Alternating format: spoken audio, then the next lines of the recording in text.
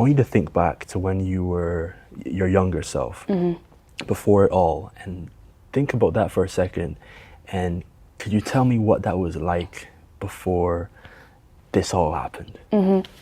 So I would say my younger self was pretty lost, always kind of yearning for more, not sure what I wanted to do with my life, just searching for purpose, and then just yearning for an opportunity to help others.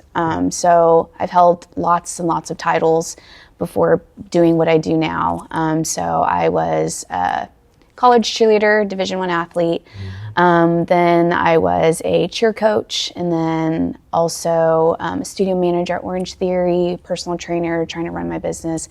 And then a mortgage assistant, very, very random job that I did not enjoy. And then kind of had a midlife crisis, and then became an elementary PE teacher. Wow. And then I thought I wanted to work with the youth and kids, like obesity and kids' obesity was kind of my passion there. And then decided that wasn't for me, and then eventually became a mom, and then really dived into my business and fitness again. Wow. Yeah. Wow.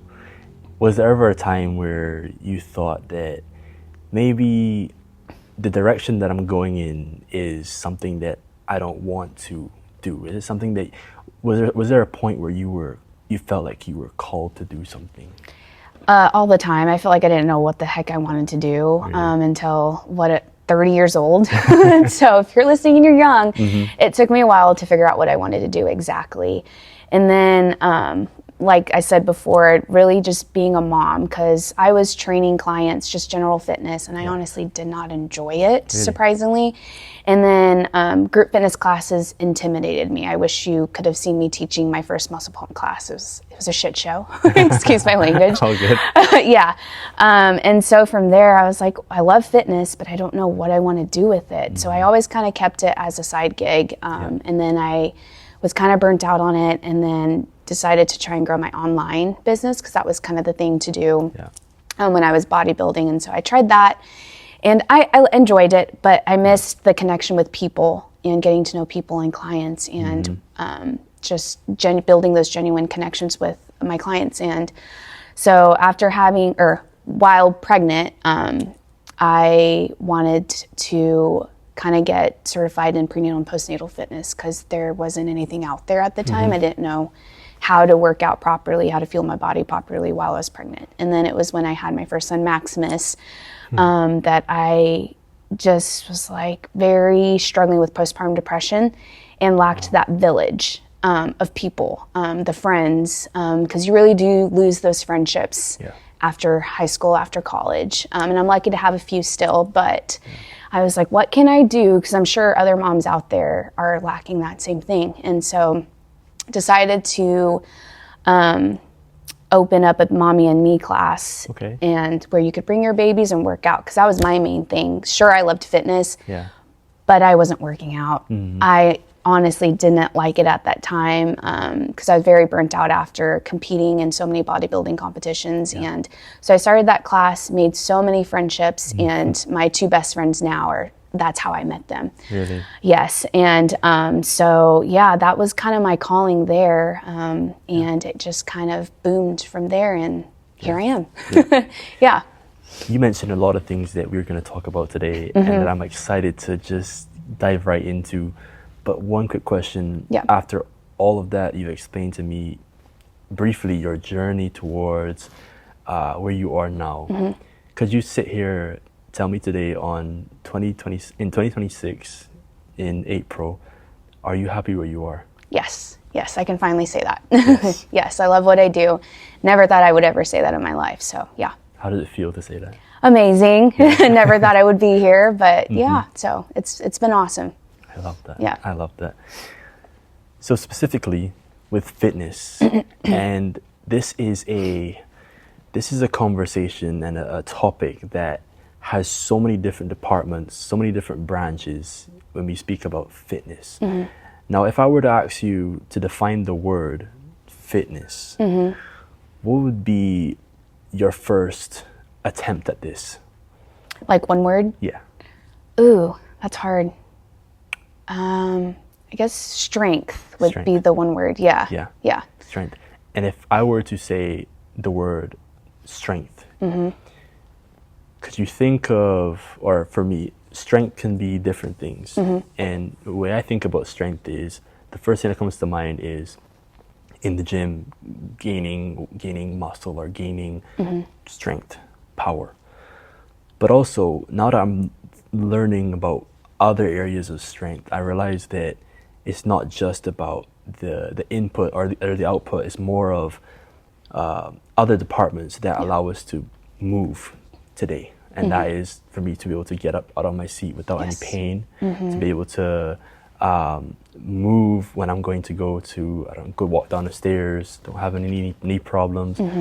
Strength is almost a universal concept that isn't just the gym and isn't just how much you can lift, bench, or pull. Agreed. Now, with that said, there's a problem and many problems within the fitness industry, and I want to understand what you think about I want you to think about where we're at in the industry today. Are we in a good direction, or how is it looking towards you in your opinion? Yeah, it's definitely gotten better. I feel like there's always been kind of a huge gap on women's fitness and just kind of chasing skinny and wanting to be skinny or look like someone on a magazine or a model. Like I guess back then I wanted to look like a Victoria's Secret model that never would be there. But it's definitely growing. Social media helps, but then doesn't help as well. But I definitely feel like there is a huge gap in women's fitness. And instead of chasing skinny, you should be chasing to be strong. Like you said, the functional portion of it, being able to keep up with your grandkids, your kids, being able to just take a walk with your kids, pick up groceries, one-way trip to in your apartment, in your house, wherever you are with those grocery bags. And it's all about being healthy also and how you feel in your body. So yeah, I definitely think there's a huge gap there, but it's getting there. Yeah. So where do those misconceptions or the gaps that you speak about, where did those come from? I feel like the internet, social media, and all the influencers that you see, and then especially people having kids, and it's like the bounce back culture and the diet culture, and it's like you should work hard to bounce back to what you look like before you had a kid, and it shouldn't be about that. It should be about how you feel in your body. Are you healthy? Can you get up out of your bed? Do your knees hurt? Stuff like that. Yeah. Is it easy to speak on a subject that there's so many opinions in it? You know, you have your way of doing things. How has it been being able to create your own philosophies inside strength and conditioning? Amazing, honestly, because I've worked for F45, so I did that in college. And then also Orange Theory, like those franchises. So you can always add in things that the clients would need. So for example, at Orange Theory, love the workout, no hate or anything. But we always wanted to add more core at the end of classes, and that there just wasn't enough of it. And they wouldn't allow you to do that because it was a franchise. So yeah, when opening up Movement Fitness, we really wanted to kind of hone down on, okay, what do our clients need? What'll help them get stronger and better. So we always start with building the foundation first and progress from there. Yeah. What did you mean by they didn't want you to incorporate certain things? Yeah, you always had to follow the program that the franchise would write. And so you couldn't ever kind of do things on your own as a franchise if you opened up a studio. And then similar to F45, it would just be, okay, here's a class, you do the workout and you leave. Really? So, Really? Yeah, so it's definitely, I honestly thought about opening a franchise before expanding on what we did, but realized, one, it was expensive. It's nuts, the fees. And then two, I wouldn't really be able to do my own thing if I ever wanted to. Yeah. I didn't think of it that way when it comes to fitness. Because let's say Burger King, for example. You have to make the sandwich the way that the recipe is. I didn't think of a fitness franchise. I would mention some, let's say Genesis, for example. I didn't think of it. They had to be done a certain way in terms of classes in Orange Theory. Yeah, so I think Genesis and like the big box gyms can kind of do whatever, but they always run events and like weight loss challenges at the same time, like nationwide. Yeah, and I love the franchises, but if you want to ever do your own thing, I wouldn't go that route. And sorry, how long did you work there as well? Orange Theory? Yeah. Oh, forever. So I was there in college when I moved back from Nebraska. So that would have been, I graduated in 2015. So I started as a sales manager. I actually helped open up the East Side location. I always thought I wanted to coach, but like I said, my first muscle pump class was a shit show. And so it was different coaching style. I was not a runner. I hate running. And so it was different. I loved the strength portion, but it was always intimidating to me, and I was very shy on the mic, which is kind of surprising because look at me now. And so from there, I subbed in as a coach occasionally, but I was very timid on the mic. No one really came to my classes, which is okay. And then from there, I went into the management side, and I was assistant manager at the East Side location. Okay. And then when the West Side location opened up, the manager left there, and so they brought me over to manage the West Side. So I was there for a while. I think 2018 is when I left. After graduating college, I was just very burnt out. I learned so much, though. Like, if it wasn't for Orange Theory, honestly, I probably wouldn't know what the heck I was doing. Like, Google and ChatGPT would be my best friend. Yeah, so. ChatGPT is what we said we were talking about afterwards, and how that has been incorporated into business school and everything. Yeah. But yeah, I think that's very interesting that you went from something that had a script. Right here, I have a script in front of me with some questions. Yeah. And if you can already tell that I've already gone off script just slightly. Totally fine. Yeah. More so because, again, I don't want to have to look at this as though this is your resume. Yeah. Or, it's what I'm trying to memorize. But now that we're speaking on something that is slightly outside of what's here, you mentioned something that I didn't even think about, which is what we just spoke about on the having something that is you have to follow. And now that you decided that's not for me, that's not for you, you wanted to be able to move out to something where you can create your own philosophies in sport, well, strength and conditioning. That is another thing that I admire, because it's something that you took the risk to try to open something that was what you believe was what was right towards what you wanted to do and impact others in the strength and conditioning industry. When you opened Movement, I want you to picture what it was like to your first day or your first drawings, your first sketches on what you thought this was like, even before anything started to be built. Yeah. What was that like? Overwhelming. Honestly, my husband, who also co-owns the business now, did all of it. He's just got an eye for that. He's an engineer and always wanted to do like architectural engineering. Cool. And I would be like, well, what about we have the racks here, this and this there? And he's like, no, that wouldn't work. I'm like, well, you haven't seen how I run my classes yet, because I was operating out of my garage and we wanted to keep it somewhat similar. Yeah. He's like, yeah, I get that, but then there would be too many people there and there. I'm like, okay, you're right. So it took a lot for me to listen to him, because I was like, I know what I'm doing. I've been doing this for years. And so that mindset definitely had to take a back burner. So it was honestly all him. So if it wouldn't be for him, honestly, Movement probably wouldn't be as successful as it is now. Really? So yeah. That, I know you've been you're married now, and that's another topic we'll speak about, but you've already told me a little bit about how you started Movement with having a relationship and also having someone that's also in fitness. That can be something that is so powerful, but also because you're both so dedicated towards fitness. Yeah. There can be a clash of like opinions. Yes. Let's talk all the time. Let's talk about that, where you're in a relationship. You want to be able to do something that is for the both of you for something that you both love, and because you love it so much, there is a lot of there can be a lot of back and forth on what is right, what is wrong, especially in something opinionated like fitness. Yeah. What was that like as well? Very hard. So mixing marriage and business is definitely tough. So after looking at spaces and leases and finances and stuff, my husband was like, you need to save up this much to be able to open. Okay. So if it weren't for him, I probably would have opened, and I don't know if I would have been successful, to be honest. He's like the numbers, finances guy, the smart one. And I'm like, let's do it. Like, let's just go. And I don't think about everything else. So that was very hard. And then being stuck kind of in my own ways, because I've been training for almost 11 years now and running those classes out of our garage.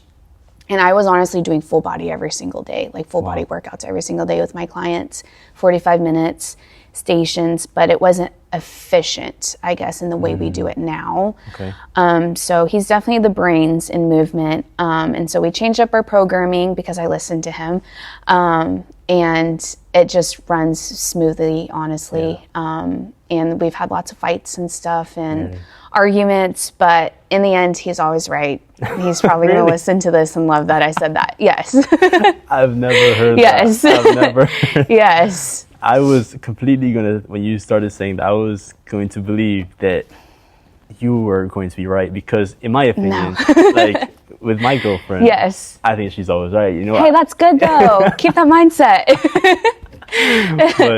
but yeah, it definitely took me a lot of time and patience to learn that he's mostly, I'll say 95% right. 95%. Yeah. I got you. That dynamic is always difficult. When you have, like I said, like you're both in the same industry and you want to do something together, but you still have the tendencies of being in a relationship, and that is, one, getting to know the person in different environments. Because as you said, you were high school sweethearts. Yes. And I can imagine that being 18 and 19, or to being where you are now, you probably are different people from when you were in high school now. Yes, very. Yeah. Let's talk about that journey a little bit, even as we go straight into movement and your philosophies in sports and strength and conditioning. But let's talk about that journey with the person you met in high school. Yeah. Oh my gosh. I think we were 14 years old freshman year, so he was actually very shy, wouldn't talk to me. Really? If it wasn't for his best friend Drake to get him the urge to talk to me, I don't know if we would have been dating and married. So yeah, I was the cheerleader, he was the football player, so kind of cliche there. But he's always been the power lifter, the gym person, and I was the cheerleader, cardio, abs. I honestly didn't know what the heck I was doing in the gym. Okay. I took a couple weight classes, and it was very intimidating for me because I was always doing everything wrong. So it wasn't until I think senior year was when we signed up for a membership at Planet Fitness together when it first opened here in Wichita. So I would go and lift with him, and he would teach me a lot of the things. And then college, I went back to the cardio, eating salads, and because I was trying to get a D1 scholarship to cheer anywhere. And you had to be skinny and you had to look good on the camera. Like that was one of the things that the coaches were looking for. And you had to be small to be a flyer. Yeah, so I was a flyer. And then he went to pursue college football at Peru State, still powerlifting, all the things. And after retiring from cheer, my sophomore year in college was when I kind of found fitness and then weightlifting and learning how to do all the things in the gym again and being confident in the gym. So yeah, he taught me a lot. From there, I think it was just one night, I think it was in high school. I was like, well, what would your dream job be? And he was like, to own a gym. And then I guess my dream kind of led to his dream because I got into fitness a little more. And I was like, I would love to own a gym, but how the heck do you do that? Because in college, I was a health and fitness intern at WSU my sophomore year. I switched majors to exercise science and learned all the ins and outs there as well, being at the Heskett Center. Had an awesome mentor, Andy. He also owns a gym here in town. But from there, I was like, I don't know how to do this full time. Like, where does the money come in? Because I was charging maybe $20 back then for online programs, $30 for an hour-long session. I was like, there's no way I can do this full time. My parents would not be happy or be proud of me making this a career. And so I just kept it as a side business, never thought that I would be where I'm at now, and always felt like I needed a full-time job to support myself and then eventually have kids and be married and own a house, all the things. And so I was like, I guess I'll just be a teacher, because I wanted to work with kids then, and I loved kids until I started teaching. So I was a PE teacher for 5 years, went and got my master's to teach, back to my midlife crisis. And then I was there for 5 years. I loved it my first year, but man, the kids and the behaviors, it was eye-opening. I went to Mays and grew up in Mays, so it was just different. And I loved my kids, don't get me wrong, but some of those behaviors, I actually got hit in the stomach when I was pregnant. And I think that was kind of like the final draw for me. I was like, I don't think I want to do this anymore.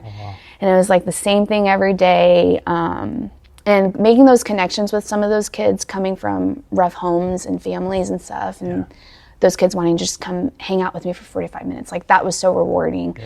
But I just wanted more. Like, I just knew it just wasn't for me. And so yeah. And that's where it all rest started. Is history. Yeah. That's really cool. Yeah. The moment where you realized that you were going to eventually, be married, what was that like as well?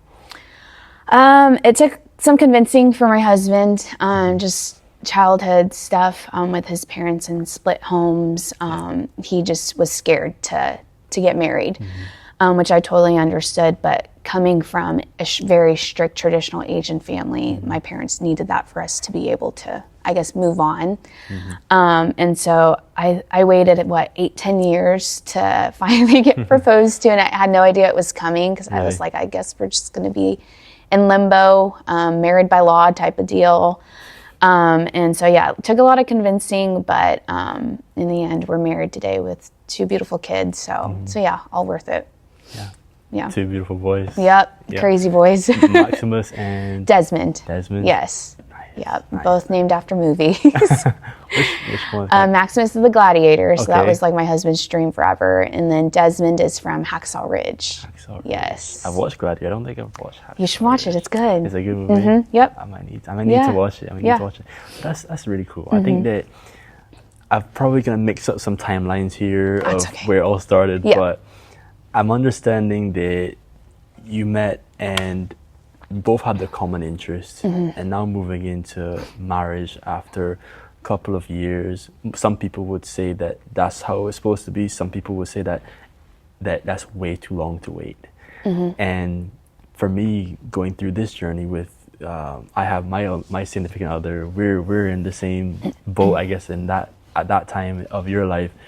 Just listening to opinions, but also not taking too much from those opinions, and kind of just doing our own thing. What would be, I sit here in front of you looking for advice. There's also some others behind the cameras that are also looking for advice. What would you say when it comes to marriage? What's one advice, or what's the advice you can give us, me especially right here in front of you, about what it's been like to be married, have kids, and also, juggle everything with business as well? I will say it's tough. It takes a lot of work. Communication is always key. The one thing Nevada and I promised ourselves was, when we got married, never go to bed mad at each other. There's been maybe 5 times where we have, but always try and work things out before you go to bed so it just doesn't dwell. So it's funny, because I used to be the one, like in high school and college, to be able to open up, and now he is, and I'm more stubborn, I feel like, in fights. And then in the end, like I said earlier, he's usually right. There are a couple times where I am wrong, but I would definitely say communicate. Always say what you're feeling, no matter how hard it is. Work things out, and always show up for each other. Make time for date nights, because that's definitely hard when you have kids. After kids, no one really talks about it, I guess. It's hard to navigate parenthood. And to navigate your marriage during that time. A lot of people are actually honestly getting divorced. Like, I've had so many clients that are getting divorced lately, or just separating, because things are just different. There's a lot of resentment. I had a lot of resentment towards my husband after having my first kid. And I had to go to therapy. There's a lot of postpartum depression and anxiety mixed in with that as well. But in the back of my head, I was always like, I feel like I'm doing everything. And he's just sitting there holding the baby to sleep. Where it was me losing lack of sleep because I was nursing, always up with the kid when the baby cries because he just sleeps like a bear in hibernation. But looking back now that I have 2 and kind of finally feeling like myself again and finding myself again, I look back and I'm like, what the hell, Tiffany? Yeah. Like, why was your mindset like that? But you just don't know because you're just constantly functioning in chaos and being sleep deprived. And it's like, ask for help. Like, if you would have just asked for help, it would have been fine. And that's, I think, one of my biggest downfalls is just never asking for the help. And like, it's okay to ask. Yeah. Yeah. Do you mean asking help to him or asking help for anyone? Him and like anybody. Like I had amazing friends there, and it's like if you need time to shower, to eat, to nap, like we're there. But it just like I just never like asking for help. I guess. Yeah. It's hard to ask for, even though you have friends that or family as well that you want to ask and you know that they will help you, but it's a part of you. It's part of human nature. Yeah. To have this sense of pride of not wanting to be able to ask for something. I wonder if that's what you're telling me, that you knew that it would help you a lot, but you didn't want to ask for it because it's something that is not part of you to ask for something. Yeah. Is that something that you also carried over into like business as well? Yes. Yes, 1,000%. Yeah. What's that mean? So, I mean, when I was operating out of my gym and other gyms when I was training and online, it was just all me doing the work and doing the numbers, doing the plans, the workout programming, seeing the clients. So I guess I got used to operating like that and it just being me. And then when expanding, I was like, holy shit, like I can't do this by myself. Like there's no way. I'm also a stay-at-home mom as well while running my business. So that was when Nevada and I was like, would you be open to getting certified coaching classes? And he's like, heck yes. Although he has a lot going on, he works full time and is also going to school. So he's there super part-time and he does the programming, the numbers occasionally, like finance-wise. But it's definitely hard for me to ask. And then him being my husband, I'm like, did you get this done? Did you get this done? Like also having to work together, not treating him like as an employee, but like my partner in the business and constantly asking and checking in. I'm sure it gets annoying, but it's like it needs to get done. And so that's hard for me as well. Yeah. Because he gets that at home as well. So yeah. I was going to ask you more about that the relationship of having someone as your business partner but also your partner. Yeah. And how do you switch that off and movement here, you go, open the door at home and you're just home with your partner. Is that easy to switch it off? No. I mean, honestly, 75% of our conversations are about our clients and like bragging to each other about our clients. Like, oh, Johnny lifted this morning and Michelle was able to do this and she beat her max and this is going on at home. Like, I hope they're okay. Like we're always constantly spinning our wheels. Like, are our clients okay? What did they do this day? What did they do this day? How was work this morning? And it's so hard. I think we're getting a little better at it, but we definitely have to set that time aside to just have that one-on-one time to just be us and husband and wife, because we forget. We get lost in our roles of mom and dad and also owning a gym. So it's hard. Yeah.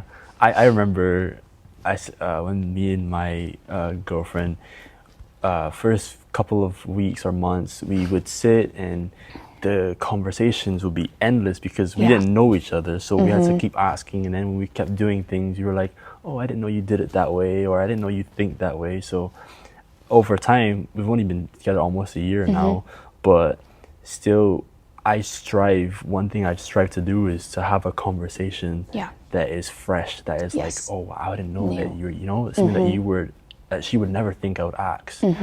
Has over the years of dating from college or from high school into college and now being married, does that still like exist where you're able to have a conversation that's like, wow, I didn't know that about you? Yeah. Does that still happen? Yes. Yeah. Surprisingly, like when he talks about his day, I'm like, oh, holy shit, you did that? It's like, yeah, if you would have just listened to me.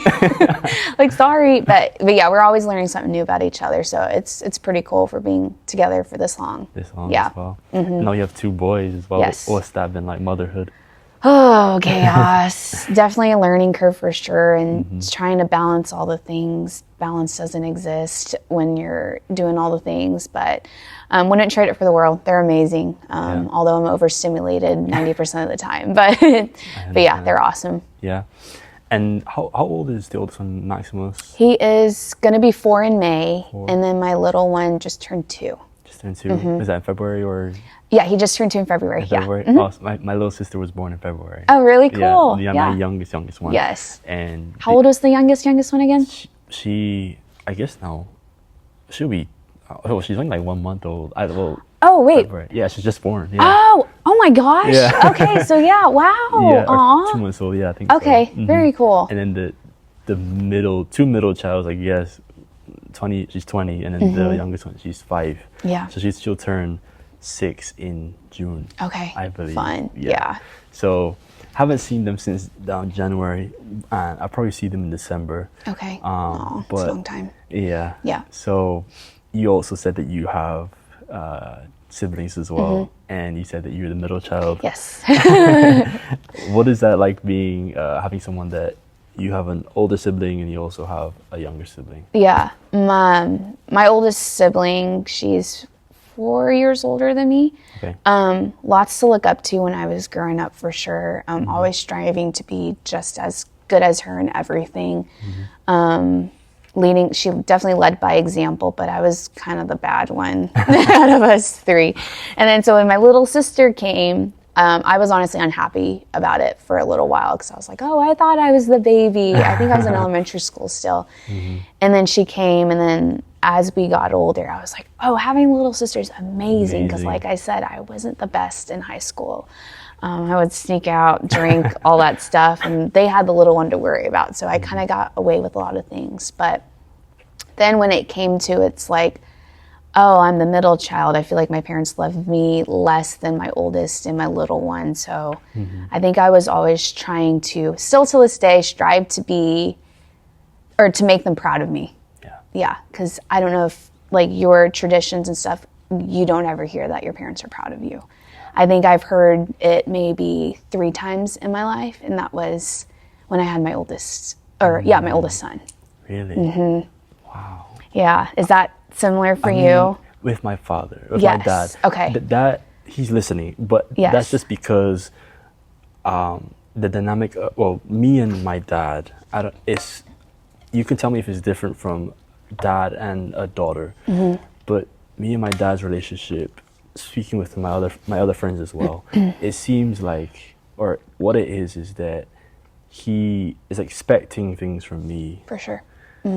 But he's not expecting the same things from my sisters. Yes, high expectations, and you're the oldest male. And I'm the oldest. Yeah, that too. And the way he is in general, he's just very.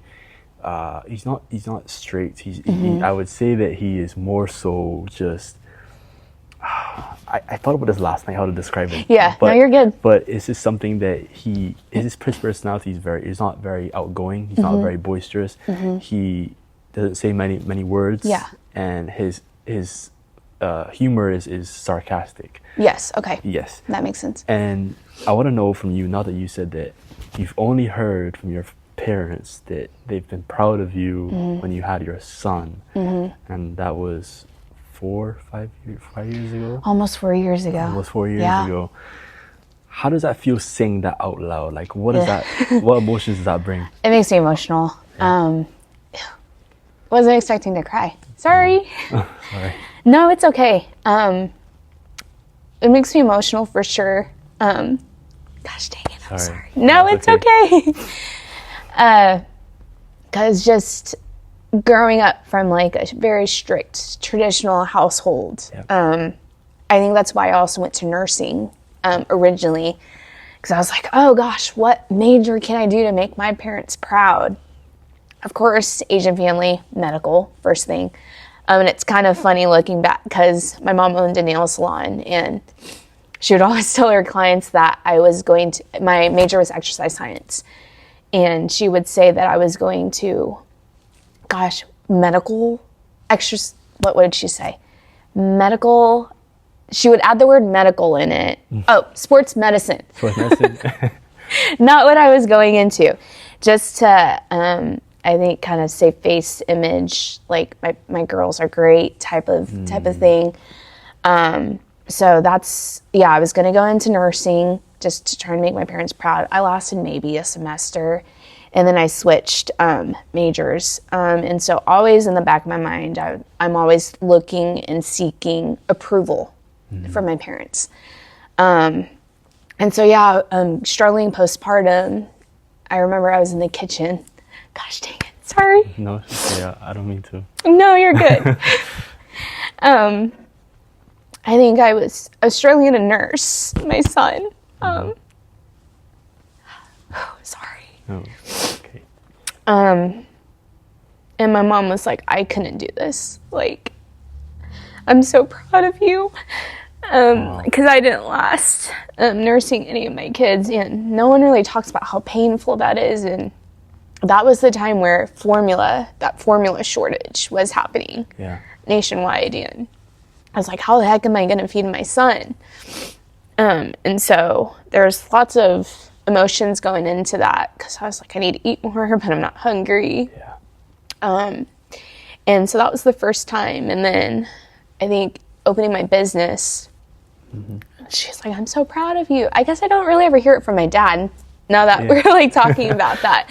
But just silently, I like know that he is. And then the third time was just on the phone. My mom was like, I couldn't be doing what you're doing. Like, you're staying home, raising the kids, opening a gym.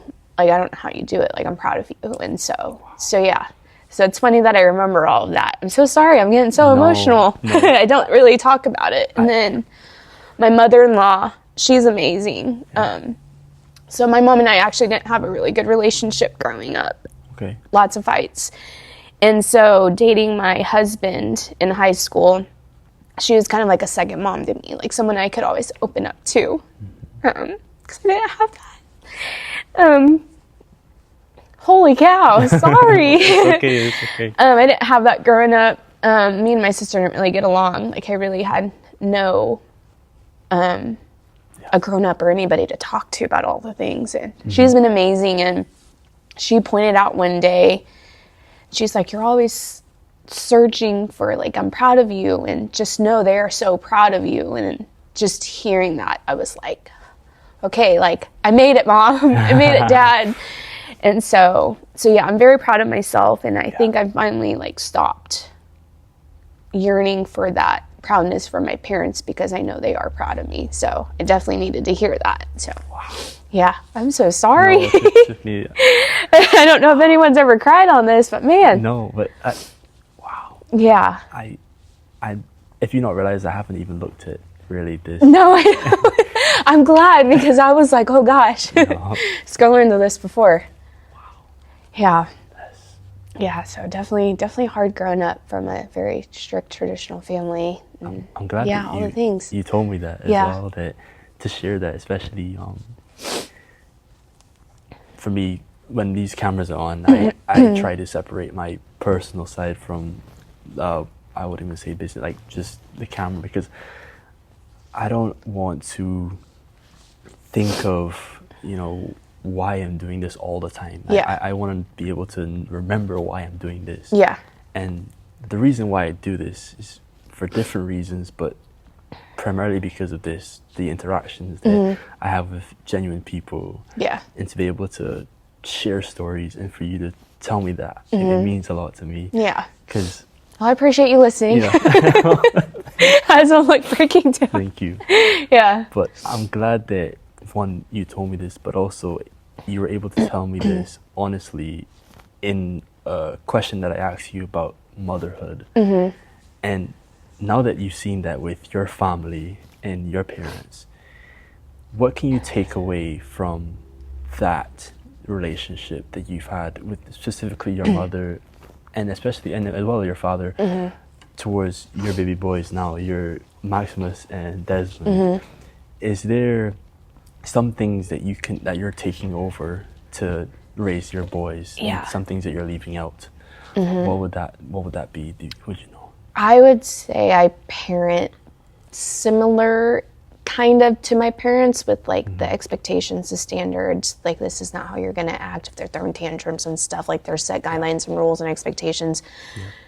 But I think I say I'm proud of you a lot to them, and just telling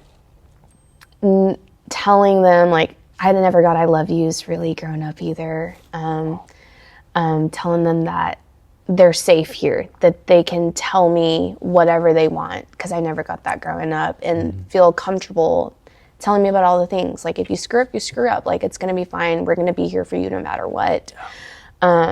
So yeah, I would definitely say it's different, but the same. Different, but the same. Yeah. And even with not being told I love you that often. Yeah. Does that translate to your relationship in your marriage as well? Like being told that? Yes, kind of. No, my husband's pretty good about showing it and telling me. So, I mean, if I didn't have a husband that didn't, then probably, but yeah. Yeah. There's a reason for what would be seen as madness for questions that aren't directly just about fitness and your profession. It's more of your first response to my question at the start, your purpose.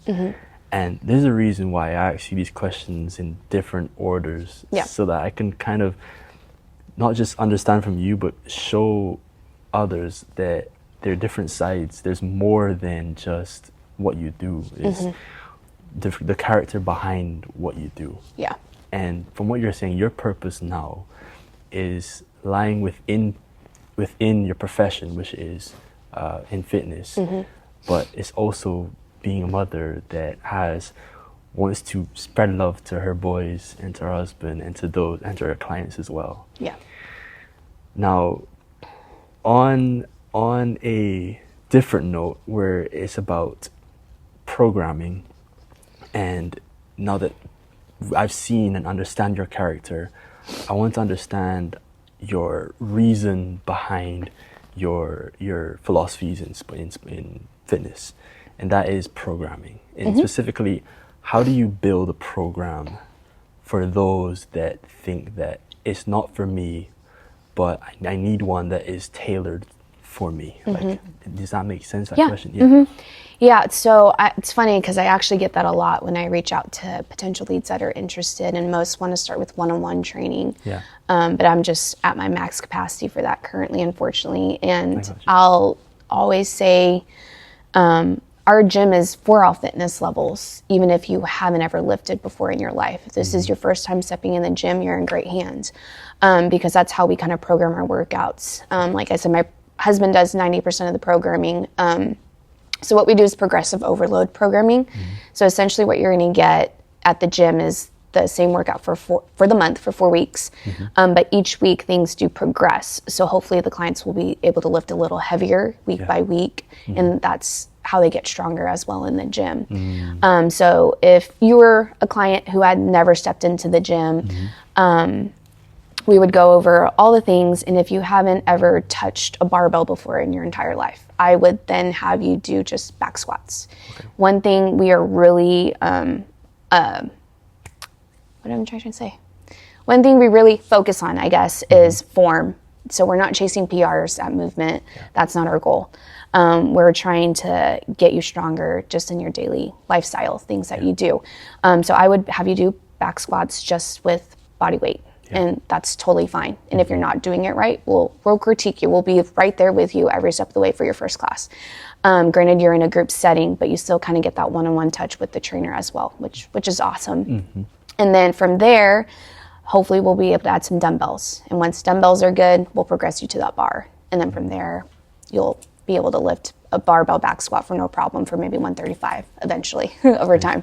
Yeah. So I think that's where a lot of people get intimidated. They're like, oh, I'm in a group setting, but I don't know what the heck I'm doing. I'm not in the greatest shape. But trust me, if you just show up, take that first class, we'll take care of you. Yeah. I like that. That it's not tailored to one specific shape. Yes. And I think what you said before about, especially with women wanting to be, or what everyone was trying to think of fitness as being skinny, especially for women. And what you're describing to me is that there, with movement, what you've created is something where it's inclusive for all shapes, if I can put it that way. Yes, definitely. And what has that all been like, where you're able to see different types of people and different personalities, different likes and dislikes, different preferences and movements? How do you even take all this information in and just be able to have a class that is just people of all, especially women of all different types of shapes and sizes, and then how do you all do that all at once? I'm getting chills as you're like asking me the question. It's been amazing. So for example, I had a client, Natalie, if you're watching this, I'm so proud of you. She joined our challenge and didn't ever lift anything at all, and very, I would say, shy and timid towards those weights, which is totally normal. And just week by week by week by week, she would progress, and she is absolutely killing it. Her form's amazing. She's been able to lift heavier, and her confidence, just seeing that, has been awesome week by week. And then we have another client, we train men as well, Johnny. He had really bad knees, shoulders, kind of all the things, and was very not wanting to kind of step back into a group setting when he first started. The first time I met him, he was like, 30 day, this is my 30 days notice, and he only signed up with our lowest membership, and you can come 4 times a month. And I was like, that's fine, but let's just see how you do your first class. And he upgraded immediately to unlimited. And we see him all the time now, and less knee pain, less shoulder pain, and he absolutely kills it every single session. And started with maybe 10 pounds on bench press, and now he's lifting, what was his PR last? I think 155 on that bar. So it's just been amazing, and just being able to change people's lives and how they feel daily and how they look and feel in their own bodies. It's just so rewarding. It's very rewarding. Yeah. Let's I'm gonna go into the quick fire questions, which was gonna be at the end. But I'm gonna leave the last piece towards the end to speak on, like, to pull this all together. The first quick fire question, I'm gonna do this randomly actually. Would you rather prefer early morning workouts or late night workouts? Neither. Is mid-morning an option? I mean, if I'm up super early, sure, like after class, I'll just knock it out. But if I had to choose, probably late night. I'm not a morning person. Like, I struggle coaching in the morning. Yeah, I look like a bum showing up to classes. Do you have to train with them as well, or no? No, I'm just there, but like half awake. But late night towards like 8, 9, or that's like my bedtime, Jody. So maybe like 6 p.m. 6 p.m. Yeah, if that counts. That's good. Yeah, I like that. Music or silence in training? Music. Always? Yes. I tried to run one time getting ready for that High Rocks competition in my boys when it sit in my freaking stroller. And so I was like, just watch something so I can run. And all I heard was wind, and I just could not do it. And I struggled so bad that day running. Yeah, because you wanted to listen to what they were... No, I didn't want to listen to your YouTube kids. I wanted to listen to music, and I've done that at the gym when just like a normal gym that I would attend, because I forgot my headphones and I almost left. Really? Yes, like I cannot do this. It is difficult. I've tried. No. I think once you get a routine of listening to what songs get you in the mood to work out, because we all need that push to go to the gym, and then when you take it out, it's like, oh wow, like it's unmotivated instantly. What are you listening to in the gym? It kind of just depends what mood I'm in. So this probably shocks you. If I'm like feeling like very in my emotions, probably country, like very depressing country. If I'm pissed, hard rock. If I just need a good pump up, rap and hip hop. Yeah. No, I like that. What's one habit for you? I would say self-care. Yeah, I've been really lacking on that lately. Even if it's just sitting in a dark room by myself for 45 minutes, that's considered self-care for me. Or just booking a massage or facial. Like, it's okay to take care of yourself, and I think people need to remember that. Yeah. And that goes beyond fitness. That's just your life in general. Yes. Yeah. And self-care in itself is whatever you make it to be. Yeah. You know for what sure. I mean? I think for me, it's just to if I'm gonna go for not a run, I don't like running. To go on a walk. I was gonna say, wait, hold up. Go on a walk. Yeah. Go on a walk somewhere, or I don't know, maybe play football, soccer with some friends, and football as in like the actual football, or football as in like soccer? Soccer. Okay. Yeah, okay. Not this one. No, you're good.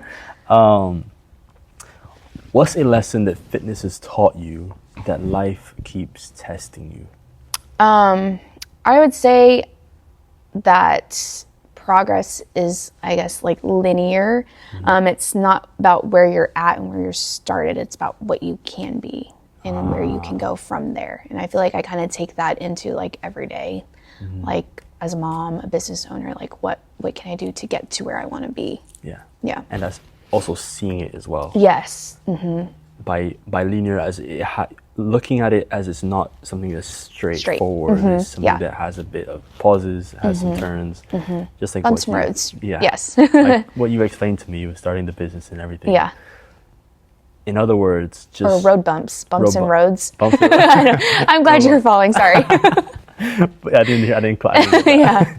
But yeah, road bumps. Yes. That's what it is. I think that's something that I'm trying to figure out myself. So. Yeah. Favorite way to reset when overwhelmed? Is it like what you said? Yeah, probably the self-care stuff. Self-care, yeah. Yeah, even just like taking a deep breath occasionally, because I feel like sometimes I just don't breathe when I get anxious and overwhelmed. And like even before this, I was like, oh my gosh, I'm so like so nervous. No. And I was like closing my eyes, taking deep breaths. No. But no, this has been fun. Thank you. Yes. I mean, I was nervous as well. You did great. What are you talking about? I realized that I can't be prepared for everything. Absolutely. You know, even when I was coming here, I was like, should I have read the notes more? Should I have read the questions more? Yeah. Like, maybe I missed a few things. I probably have. Yeah. But I realized I can't be prepared for. No, I don't think you can ever be prepared for anything. You know what I mean? Yeah. What's one belief about fitness you've completely changed your mind on now?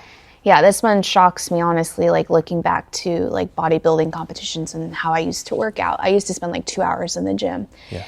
And now I don't have that time and don't ever want to be in the gym for that long, honestly. So you don't need to train 6 to 7 days a week to see that progress. You don't need to spend 2 to 4 hours in the gym. As long as your workouts are efficient, then you're good. So for me now, I'll only train 3 to 4 times a week, 30 to 40 minute sessions. And I feel like I've seen more progress there than I did previously in the past. Wow. That's one thing. Before we finish, I'm going to speak about, ask you about more, because I want to understand efficiency from wanting more and doing more. Yeah. But last 2 quick fire questions. A person who inspires you or inspires how you lead as a person? I would say my friend Taryn. We actually met when I was in my gym operating, and she came and took a few classes, and she's still a member till this day. So she's amazing. She's a badass. She's a mom, business owner as well. She owns Flourish Wellness Collective. So she's a therapist, and her kind of niche, I guess, would be women and prenatal and postnatal, that kind of world. So same as me. And just seeing her do all the things, be a mom, be a business owner is awesome. And she's just made an amazing impact in Wichita in general. So, wow. Yeah. Shout out to her then. Yes. Last one. Last quick fire question. One word your kids would use to describe you, to describe This mom. one's funny. You're probably going to be like, what the hell? Stinky butt. Yes. Yes, that is their word for me. Or doo-doo head. With the younger one, are you speaking as well? Oh yeah, he speaks a lot. He's hilarious. He's actually my husband's like mini me as a toddler. So definitely, yeah. That's funny. And the older one, he's more like the... I feel like he's like me, kind of very empathetic and emotional, very emotional, but he's super sweet. So sweet. Yeah. The youngest one is probably going to grow up to be the more boisterous, aggressive one. Yes, 100%. We definitely probably have our hands full. I'm a little nervous. That's really cool. You get to see your younger self in them. Yeah. And you see your partner's younger self in them as well. I didn't think about it that way, where you can also, you're going to maybe predict how they're going to grow up. Yes. And even though they've grown up in the same household, they still have their own like natural personalities. Yeah. That's so cool. It's definitely been fun seeing them grow into like who they're going to be. Yeah. But it's funny because my little one is my twin, and then my oldest one is a good mix, but he looks a lot more like my husband, even though he doesn't think so because he doesn't have blonde hair, blue eyes. But yeah, so it's funny how personalities have like kind of switched. Over. Yeah. As we bring this all together, and we spoke about different things, and I've definitely gone off topic, or well, off the direct questions that I asked you.